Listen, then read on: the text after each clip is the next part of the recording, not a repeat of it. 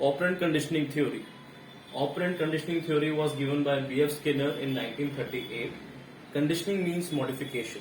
In psychology and behavioral science, conditioning means modification of behavior. So, how we modify the behavior of the child by different methods are the types of conditioning theories, whether it is classical conditioning theory or it's operant conditioning theory. We have to condition the behavior of the child. That means we have to modify the behavior of the child. B.F. Skinner said that for every stimulus there is a response, and every response is followed by a consequence. This consequence will again act as a stimulus, and then the cycle continues. Okay, so for every stimulus there is a response, for every response there is a consequence. Consequence becomes the stimulus for the next cycle.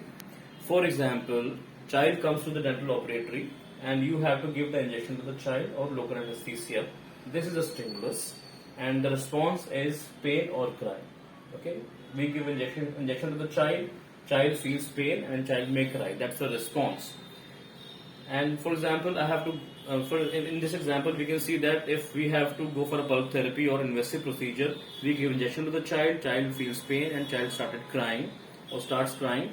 But anyhow, we finish the procedure. We finish the access opening. At the end of the procedure, we give a sticker to the child. A sticker as a reward. This reward or a sticker act as a consequence or a positive consequence. Okay, so this is an example of positive reinforcement. Positive reinforcement. Now, I give an example of my patient when I was doing a PG from Bapuji Dental College, Davangere in 2006. There was a patient of 4 years and he came with 4D with pulp therapy requirement. Okay, so patient came to me, I started managing him, I gave local anesthesia to the child. Mother was apprehensive, patient was apprehensive.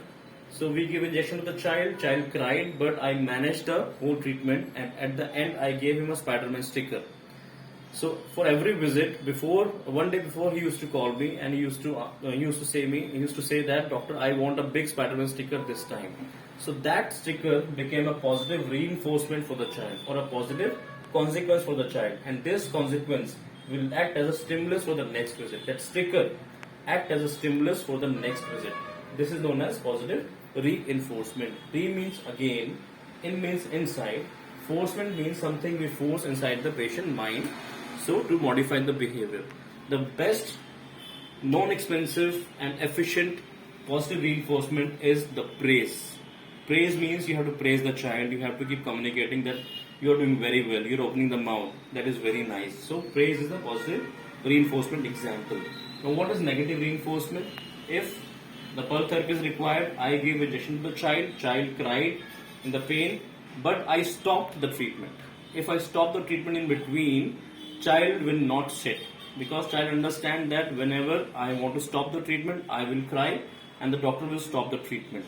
This will become a negative reinforcement, and you can take from me in written that child will never come to you, or if he comes to you again, he will never let the treatment be finished because he'll cry whenever he wants. So never ever stop the treatment in between if you know what are you doing. So if you give injection properly, don't stop the treatment because this will act as a negative consequence. Okay, this response is also known as operant. Operant because this is the behavior of the child and you have to modify the behavior of the child with the help of consequences or reinforcement. That is the reason we call this theory as operant conditioning theory. That means operant means behavior of the child, conditioning is modification of the behavior. Omission means if the child is not cooperating with you and not sitting properly in the dental chair, you omit something which is favorite to the child, some toy or something which the child is carrying. You just omit and say, if you don't stop this uncooperative behavior or crying, will omit this toy and will take the toy from you. So this is omission, one type of consequence. Punishment is a type of aversive conditioning. Aversive means something you don't like. Conditioning or modification you don't like. We tie the hand of the child, or we hold the child, or 4 people hold the legs and the and make the child immobilized, and then you do the treatment. That is known as punishment if the child is not behaving properly. So these are the 4 principles which we use in operant conditioning theory: positive reinforcement, negative reinforcement, omission, and punishment.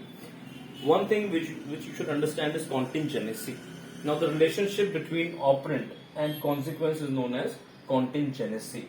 Relationship between operant and consequence is known as contingency. Contingency contingency means dependence. If you look at the examples of in statistics, you will see contingency table, which are placed side by side, which are dependent upon each other, which are near to each other. So we are making the child dependent upon the reinforcements or the praise or the consequences or the rewards.